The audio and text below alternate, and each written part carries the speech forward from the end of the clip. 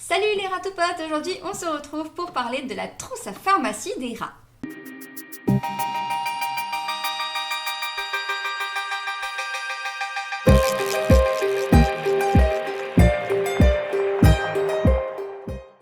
Comme vous devez le savoir, les rats sont des animaux à la fois très robustes mais aussi très fragiles. Autant ils peuvent résister à plein de changements dans leur environnement ou alors à diverses nouveautés dans leur quotidien, autant pour tout ce qui concerne les maladies et les blessures, ils restent quand même des animaux assez fragiles. Quoi de plus important donc de toujours avoir à portée de patte une petite trousse de secours afin de prévenir et réagir à certains soucis qui peuvent arriver de manière assez impromptue. Je rappelle quand même que l'automédication n'est pas quelque chose de super fiable. Même si on s'y connaît, qu'on est ratophile depuis des années, qu'on a de l'expérience, etc., rien ne vaut un tour chez le vétérinaire. La santé est une chose bien spécifique et à moins d'être veto vous-même, vous ne pouvez pas tout régler tout seul. Avant de commencer, je tiens à remercier énormément SRFA qui a gentiment accepté que je m'inspire beaucoup de leur article sur exactement le même sujet. Je vous mets le lien de l'association en description. Allez, go pour les petits tracas quotidiens des ratophiles. Il faut savoir que les rats sont très aventuriers. Ils adorent sauter, grimper et courir et c'est malheureusement l'une des premières causes des blessures chez ce petit animal. Bien qu'ils aient un équilibre hors pair, il arrive parfois quelques ratés, ce qui peut donner suite à des petits bobos plus ou moins importants selon la situation. Pour les ratophiles un peu plus confirmés, on le sait, certains rats veulent jouer les gros durs, veulent être les plus forts et les chefs de meute. C'est donc tout naturellement qu'ils se bastonnent. C'est pas génial quand on les voit faire, et cette mésentente peut donner lieu à quelques blessures. Morsures ou griffures, dans tous les cas, il ne faut pas négliger ça, et il faut bien entendu soigner si nécessaire. Je tiens quand même à préciser que les bagarres dans une troupe sont normales, dans la limite du raisonnable bien entendu. Si ce n'est qu'un petit accrochage parce que Ratatouille a piqué la bouffe de Razmo, mais du coup Crapido est jaloux et il s'en mêle, mais qu'au final c'est Splinter qui prend, c'est normal que tout le monde finisse en mode pompon. Par contre, si les bastons sont récurrentes avec des blessures assez graves qui nécessitent à chaque fois un tour chez le vétérinaire, des soins, etc., là, c'est pas normal. Il faudra donc isoler le rat qui cherche des noises aux autres, ainsi que identifier et traiter le problème à la source. Outre les soucis de bagarre et de patounes qui dérapent lors d'un parcours du combattant dans la cage, les rats sont aussi très sensibles aux autres petits désagréments de santé. Un courant d'air, une poussière, un petit virus, et c'est notre ratou qui malheureusement n'est plus en forme. C'est donc pour toutes ces raisons qu'il est très important d'avoir à proximité les moyens de leur prodiguer les premiers soins avant bien entendu une consultation chez le vétérinaire afin qu'ils aient les médicaments adaptés à leurs petits problèmes. Comme tout ratophile qui se respecte, il est très important d'avoir avec soi un matériel de base pour prendre soin de ses petits protégés. La base de la base, c'est la boîte de transport. Et oui, elle ne sert pas que à transporter les rats d'un point A à un point B. Elle peut aussi être très utile pour réaliser certains soins. Par exemple, une inhalation ou un isolement lors de la prise d'un médicament ou juste après une bagarre pour que le rat se repose un peu. Elle est indispensable. Bien entendu, elle doit être adaptée à la taille de votre troupe, elle doit être pratique, c'est mieux, et surtout solide. Je vous laisse regarder la vidéo sur le transport, dont le lien est juste ici, histoire de vous faire une petite idée et de vous aider à choisir. Ensuite, il vous faut une cage de convalescence. Qu'est-ce que c'est ? C'est une cage qui, généralement, est beaucoup plus petite que la cage de vie. Par exemple, j'ai celle de Cody ici, dont il manque le chapeau. Mais en gros, voilà, donc vous voyez qu'elle est minuscule par rapport à la taille de la cage. Généralement, on conseille une petite cage et surtout une cage sans étage car suivant les pathologies, on conseille que le rat reste tranquille. Par exemple, après une opération ou une chute, il vaut mieux laisser le rat se reposer et donc qu'il ne s'agite pas trop. Pensez bien à avoir tous les accessoires nécessaires, bibi, gamelle, cachette. Ayez tout en double voire en triple selon les troupes. Un truc aussi bien important à avoir, c'est une bouillotte. Un ratou en mauvaise forme a tendance à se refroidir très rapidement. Rien de mieux qu'une bouillotte ou un tapis chauffant ou une lampe chauffante afin de faire remonter la température. Un moyen très simple de savoir si votre rat est en hypothermie ou non, hop, viens par là Indy, c'est tout simplement de toucher ses extrémités, donc la queue, les patounes, le museau et les oreilles. Si elles sont froides, généralement, c'est pas bon signe. Attention bien entendu, si c'est une bouillotte avec de l'eau chaude, généralement, essayez de mettre une protection, une chaussette ou un tissu ou du moins quelque chose qui le protège de la chaleur direct, sinon vous pouvez occasionner des blessures et des brûlures du coup, et là bah c'est pas cool. Pour certains ratous et aussi certains médocs, on conseille d'avoir une balance digitale, c'est-à-dire avec des chiffres, c'est beaucoup plus précis que celle avec une petite aiguille. Suivre la courbe d'un rat malade, mesurer une quantité spécifique de médoc, d'un aliment ou tout simplement du mélange, dans tous les cas, elle vous sera toujours utile. Lorsque votre liste de matos indispensables est complète, il vous reste quand même 2-3 petits trucs à avoir afin d'être au top du top.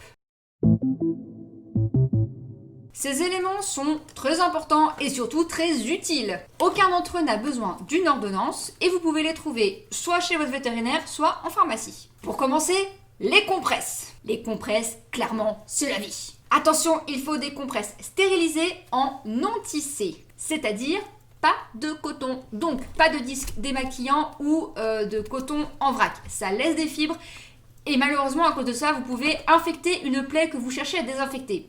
Du coup, c'est un peu paradoxal. Ensuite, on retrouve le sérum physiologique, communément appelé le sérum phy. C'est très utile pour nettoyer les plaies, les yeux ou la porphyrine. Le mieux, c'est d'en avoir en unidose. Comme ça, c'est stérile et ça reste propre pour les prochaines fois. Très important aussi d'avoir dans votre trousse de secours, c'est le désinfectant. Attention, pas de désinfectant à alcool, sinon votre ratou risque de pas vraiment apprécier la blague. On conseille le plus généralement la bétadine jaune, pas la rouge parce que c'est pas tout à fait la même chose, ou alors encore la vétédine qui est faite pour les animaux, vétédine, véto, mais en soi la bétadine jaune c'est la même chose. En gros c'est juste le nom qui change, vous inquiétez pas, la bétadine jaune c'est ok. Utile aussi à avoir, c'est l'eau oxygénée. On s'en sert notamment pour différencier le sang de la porphyrine. La porphyrine qui est en fait une sécrétion totalement normale chez les rats qui se place généralement sur le coin des yeux ou vers le museau, qui en fait donc du coup est une sécrétion qui est relative à la morve ou des larmes pour nous. Généralement les rats en ont au réveil et une fois nettoyés, tout va bien. Pour savoir du coup si c'est du sang ou de la porphyrine, vous en mettez un petit peu sur une compresse, c'est mieux comme je le disais. Vous mettez 1 ou 2 gouttes d'eau oxygénée, si ça fait des bulles et de la momousse, c'est du sang et là va falloir s'inquiéter. Par contre si ça ne fait rien, c'est de la porphyrine et tout va bien. Une chose aussi utile, mais donc personnellement je n'ai jamais eu usage sur les rats, par contre sur moi, oui, c'est des pommades cicatrisantes. Personnellement, je suis une fanatique du Cicalfate. Par contre, expérience du coup personnelle sur moi-même, si vous avez à mettre du Cicalfate sur un rat, évitez de couvrir la plaie tout de suite. Parce que autant le Cicalfate cicatrise à merveille, autant si vous avez tendance à mettre le pansement directement dessus, votre cicatrisation fera ami-ami du coup avec le pansement et au moment de changer le pansement, ça fait très mal. Et du coup, votre rat risque, pareil, de pas trop apprécier. Faites par contre attention quand même à ce que le rat n'ingère pas la crème. C'est pas top pour son petit bédon. Ensuite, pour les ratous faibles ou en dénutrition, je peux vous conseiller de prendre du Nutrigel ou de la blédine pour bébé. C'est riche, c'est gras, c'est sucré. Bien sûr, il faut pas en abuser, surtout chez des rats en bonne forme. Mais ça marche super bien pour appâter, du coup, pour donner un médicament généralement pas trop facile à donner. Généralement, ça donne un bon petit coup de peps. Et sinon, vous pouvez tout simplement demander à votre vétérinaire de la pâtée de convalescence. Suivant les médicaments à donner et les soucis de santé de votre ratou, ayez toujours en réserve quelques seringues de différentes contenances. Bon, ok, vous allez passer pour le drogué de la famille, mais suivant ce que vous avez donné, c'est super utile. Bien sûr, on enlève les aiguilles pour donner le médicament. Hein? Soyons pas fous, s'il vous plaît. Comme vous le savez très certainement, les ratous sont des gourmands. Quoi de mieux donc d'avoir des aliments pour les soigner, ou au moins nous aider à les soigner? Les ratous ayant un transit assez fragile, un simple changement d'environnement, une mauvaise alimentation ou alors un changement trop brusque de nourriture sans réelle transition, et vous êtes dans le caca. Littéralement. C'est malheureusement assez souvent qu'on voit des rats ayant la diarrhée. Bien sûr, si ça ne dure que 1 ou 2 jours, c'est pas trop grave. Mais si c'est plus long, encore une fois, allez faire un tour chez le vétérinaire parce que c'est pas vraiment normal. Sinon, si vous voulez l'aider, vous pouvez tout simplement donner du riz ou alors l'eau dans laquelle le riz a cuit. Sinon, la banane, ça constipe assez bien. Et en plus, les ratous en raffolent. Si au contraire, votre rat ne fait aucune crotte, c'est pas normal non plus. De même que pour la diarrhée, si ça dure que 1 ou 2 jours, ça va, y a pas trop à s'inquiéter si ça rentre dans l'ordre par la suite. Par contre, si ça dure plus longtemps, Go veto tout de suite! Pour l'aider, vous pouvez lui donner du jus de pruneau, de l'huile de paraffine ou alors du jus d'ananas. Et pour le jus d'ananas, j'avoue, je le savais pas. Je l'ai appris justement en faisant le texte sur SRFA. Croyez-le ou non, pour les petites coupures ou morsures, par exemple sur la queue lors d'une petite bagarre, souvenez-vous tout à l'heure, Rapido, Rasmo et les copains, un petit peu de farine sur la plaie pour stopper le saignement. Et pensez quand même à bien désinfecter. Pour les abcès, l'argile verte ou le miel sont de très bons désinfectants cicatrisants. Bon, par contre, ils risquent de manger le miel, d'où l'intérêt d'avoir une cage de convalescence, histoire que le rat traité ne se fasse pas dévorer par les copains. Le miel est aussi génial pour donner de l'énergie en plus du Nutrigel et de la blédine, il est aussi très appétant. Certains rats sont vraiment très difficiles pour donner les médicaments, et des fois même le miel qui est sucré et qui donne très envie, ça leur plaît pas. Du coup, vous pouvez tenter de donner le médicament avec par exemple du thon en boîte, du thon classique avec son eau. Généralement ça marche très bien. Ou encore des aliments assez forts en goût et en odeur, comme par exemple, je sais pas, la rillette de saumon, ou encore des yaourts, ou même des fruits, par exemple de la banane écrasée. En fait, n'importe quel aliment, du moment qu'il est adapté, appétant, surtout sans assaisonnement, et donné quand même dans des quantité raisonnable seulement pour le médicament. Un autre truc aussi qui est sympathique à savoir, c'est pour la prévention des rhumes, là par exemple dans ces périodes, vous pouvez faire une infusion de thym miel à mettre directement dans le biberon. En plus, ils adorent ça. Encore une fois, les rhumes sont très fréquents chez les rats et le vétérinaire est votre copain pour ça. Ne faites pas d'automédication.